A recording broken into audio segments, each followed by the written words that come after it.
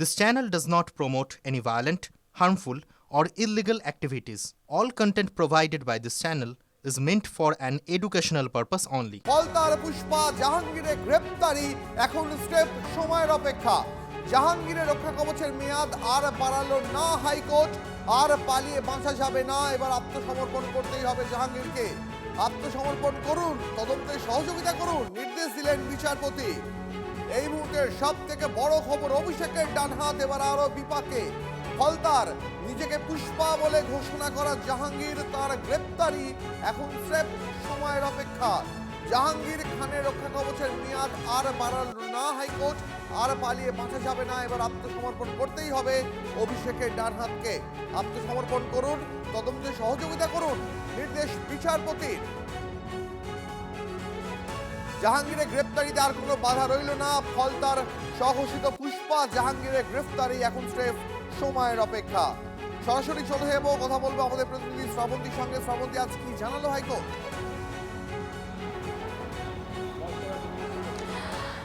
দেখো, এর আগেও আমরা দেখেছি জাহাঙ্গীর যে সময় হাইকোর্টে এসেছিলেন তার সেই সময় ফলতার নির্বাচন ছিল এবং জাহাঙ্গীরের বক্তব্য ছিল যে তিনি তো প্রার্থী।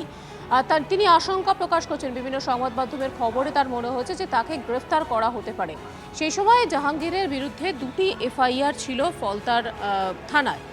এরপরেই জাহাঙ্গীরকে প্রোটেকশন দেওয়া হয়, তাকে রক্ষা কবচ দেয় কলকাতা হাইকোর্ট। তার একটা অন্যতম কারণ হলো যে তিনি সেই সময় ফলতার নির্বাচনে প্রতিদ্বন্দ্বিতা করছেন। সেই রক্ষা কবচের মেয়াদ আজকে শেষ হচ্ছে এবং সেক্ষেত্রে তার আইনজীবী যখন আসেন তখন রাজ্য সরকারের আইনজীবীরা পাল্টা বলতে থাকেন যে কেন এই রক্ষা কবচের অর্থটা কি, যখন ফলতার নির্বাচনে জানেনি জাহাঙ্গীর, তিনি নিজে প্রেস কনফারেন্স করেছেন, তাঁর বক্তব্য তিনি ফলতার নির্বাচন থেকে সরে দাঁড়াচ্ছেন, তাহলে রক্ষা কবচ কেন? বিচারপতি পার্থ সারথী সেন তাঁর বক্তব্য যে এই রক্ষা কবচের মেয়াদ বাড়ানো যায় না, তার কারণ এফআইআর যদি হয়ে থাকে তাহলে প্রাইমারিলি যদি দেখা যায় প্রাথমিকভাবে যে কোনো অ্যাকিউজড তাদেরকে তদন্তে সহযোগিতা করতে হবে, তাই আর এই রক্ষা কবচের মেয়াদ বাড়ছে না। অন্যদিকে আরও একটি মামলা, সেটিরও জাহাঙ্গীরের ছিল এবং সেটি রক্ষা কবচের ক্ষেত্রে বলা হয়েছিল যে রক্ষা কবচ সেটিও আজকে শেষ হচ্ছে। সেক্ষেত্রে 2টি রক্ষা কবচের মেয়াদ শেষ হয়ে যাওয়ার জন্য জাহাঙ্গীরের আবার অস্বস্তি বাড়ল। এই 2টির ক্ষেত্রেই আর কোনো রকম মেয়াদ না বাড়ানোর জেরে জাহাঙ্গীরকে যে কোনো মুহূর্তে অ্যারেস্ট করতে আর কোনো বাধা থাকছে না পুলিশের। দীপ, একটা বিষয় জানতে চাইবো, কোন 2টো মামলাতে আজ রক্ষা কবচ উঠে গেল এই জাহাঙ্গীরের? দেখো, তার বিরুদ্ধে ফলতা থানায় 2টি অভিযোগ ছিল, যে অভিযোগগুলো এক্সটর্শনের ছিল, অত্যাচারের ছিল।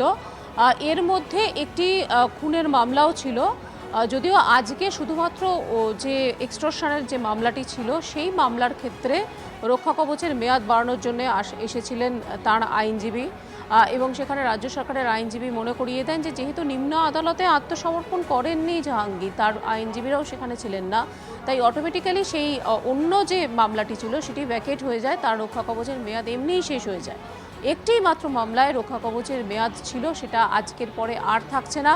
আর এই অর্ডারের পরে এবার আর জাহাঙ্গীরকে গ্রেফতার করতে কোনো রকম বাধা থাকছে না পুলিশের। শ্রাবন্তী, আমাদের সঙ্গে থাকো। এই মুহূর্তে আরো একবার জানাবো আপনাদের এই মুহূর্তের সব থেকে বড় খবর, ফলতার নিজেকে পুষ্পা বলে ঘোষণা করা জাহাঙ্গীর খান, তার গ্রেপ্তারি এখন স্রেফ সময়ের অপেক্ষা। জাহাঙ্গীরের রক্ষা কবচের মেয়াদ আর বাড়ালো না হাইকোর্ট, আর পালিয়ে বাঁচা যাবে না, এবার আত্মসমর্পণ করতেই হবে জাহাঙ্গীরকে। অর্থাৎ অভিষেক বন্দ্যোপাধ্যায় ডান হাত এবার আরো বিপাকে। তার বিরুদ্ধে খুন, এক্সটর্শন সহ আরো একাধিক অভিযোগে মামলা দায়ের হয়েছিল। ফলতার নির্বাচনের মাত্র 24 ঘন্টা আগে তিনি নিজেকে সরিয়ে নেন সেই ফলতার পুষ্পা এবার আরো বিপাকে। কবে পুলিশের জালে ফলতার পুষ্পা, আমাদের নজর থাকবে। জাহাঙ্গীরের রক্ষা কবচের মেয়াদ আর বাড়ালো না হাইকোর্ট। এই মুহূর্তে আমাদের সঙ্গে টেলিফোন লাইনে রয়েছেন বিজেপি বিধায়ক সজল ঘোষ রয়েছেন। সজল বাবু, আপনাকে স্বাগত টিভি9 বাংলায়। দেখুন, ফলতার পুষ্পা, যিনি একসময় নিজেকে পুষ্পা বলতেন, সেই পুষ্পার গ্রেফতারিটা এখন শুধুমাত্র সময়ের অপেক্ষায়, কেননা তার যে রক্ষা কবচের মেয়াদ সেটা আর বাড়ালো না হাইকোর্ট। পুষ্পা করে এদের বাজার বাড়াবেন না, এমনি পুষ্পা থেকে পুষ্পা হয়ে গেছে। হ্যাঁ, এবার ওর জায়গা যেখানে সেখানেই চলে যাবে, জেলে যাবে।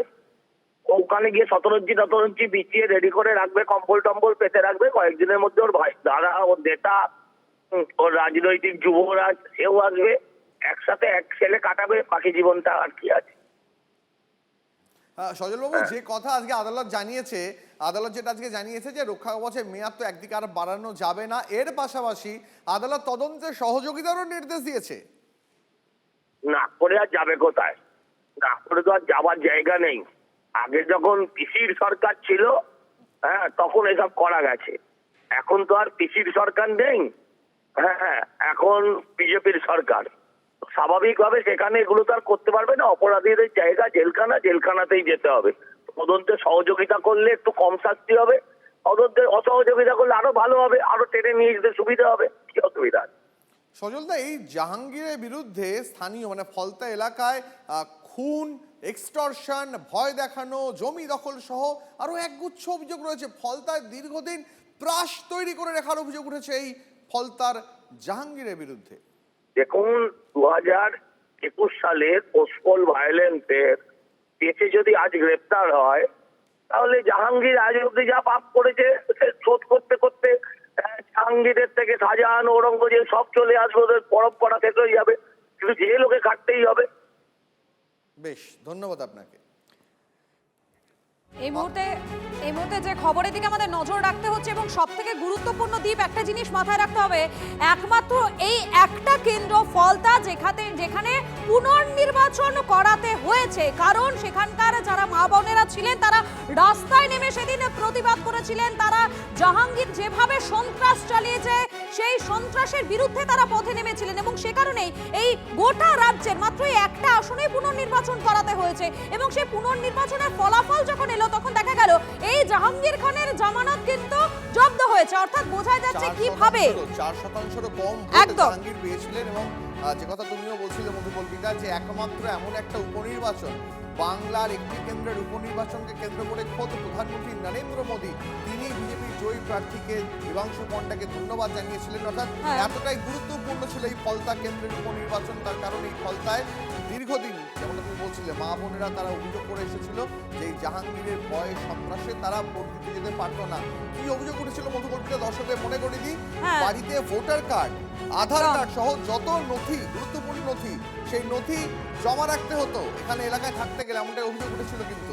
এবং পুষ্পা, এই জাহাঙ্গীর এবং তার সাঙ্গপাঙ্গদের বিরুদ্ধেই এই ধরনের অভিযোগগুলো উঠে গিয়েছিল। সেই জাহাঙ্গীরের রক্ষা কবচের মেয়াদ আর বাড়ালো না হাইকোর্ট। তার মানে একটা বার্তা কিন্তু খুব স্পষ্ট, আর পালিয়ে বাঁচা যাবে না।